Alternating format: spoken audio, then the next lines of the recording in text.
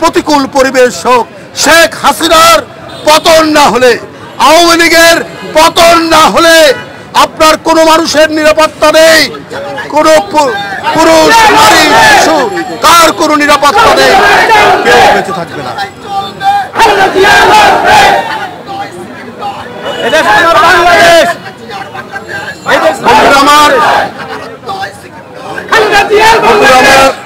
ওবায়দুল কাদের সাহেব আবার কালকে বলেছেন, আমি বক্তব্য রেখেছিলাম একটা বিষয়ে, যে তারা তো দেশের সার্বভৌমত্ব, স্বাধীনতা সবকিছু বন্ধক রেখেছেন পার্শ্ববর্তী একটি দেশে।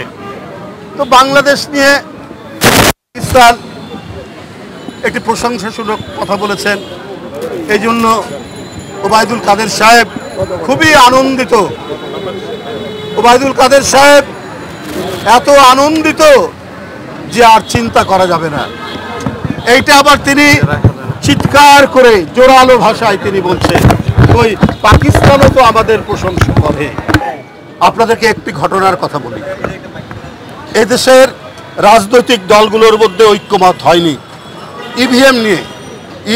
ইভিএমে ইলেকট্রনিক ভোটিং মেশিন, এইটাতে ভোট দেওয়ার ব্যাপারে রাজনৈতিক দলগুলো একমত হয়নি।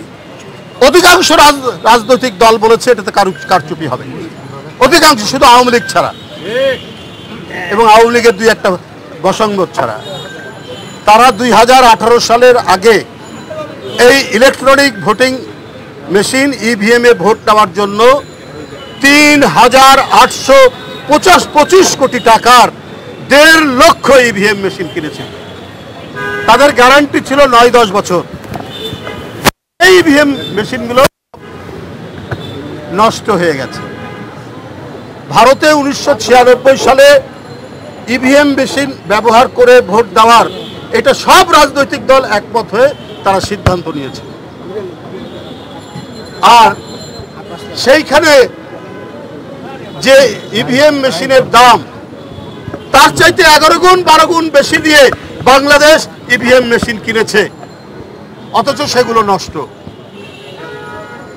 কারণ তারা যে ত্রুটিযুক্ত ইভিএম মেশিন নিয়ে তারা যে ভোট কারচুপি করবে, এখানে যদি ধরেন সবাই অংশগ্রহণ করত, কেউ যদি ধানের শীষের টিপ দিত, সেইটা যে চলে যেত নৌকায়, এই কারসাজি যে ছিল, এটা আবারও প্রমাণিত হলো। এইটা এক মহা দুর্নীতির বিরাট খনি। এই নির্বাচন কমিশন আর ইভিএম নিয়ে এই সরকার আর এই নির্বাচন কমিশন সেইখানে করেছে।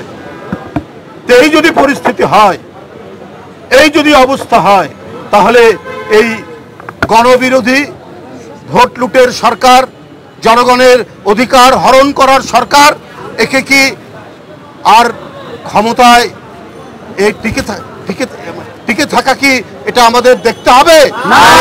আমাদের সংগ্রাম পরিচালনা করতে হবে। প্রতিদিন, প্রতি মুহূর্তে যে যেখানে আছে আপনাদের কণ্ঠকে আরো ধারালো করে, আরো আপনাদের কণ্ঠকে জোরালো করে এই সরকারের হৃদয়ে যাতে হৃদকম্পন তৈরি হয়, সেই আওয়াজ তুলে আজকের যেমন আপনার এই খরতাপ, আজকের এই আগুনে পোড়া বাংলাদেশ, তার মধ্যেও আপনারা যেমন মিছিল করেছেন, কথা বলেছেন, সমাবেশ করছেন,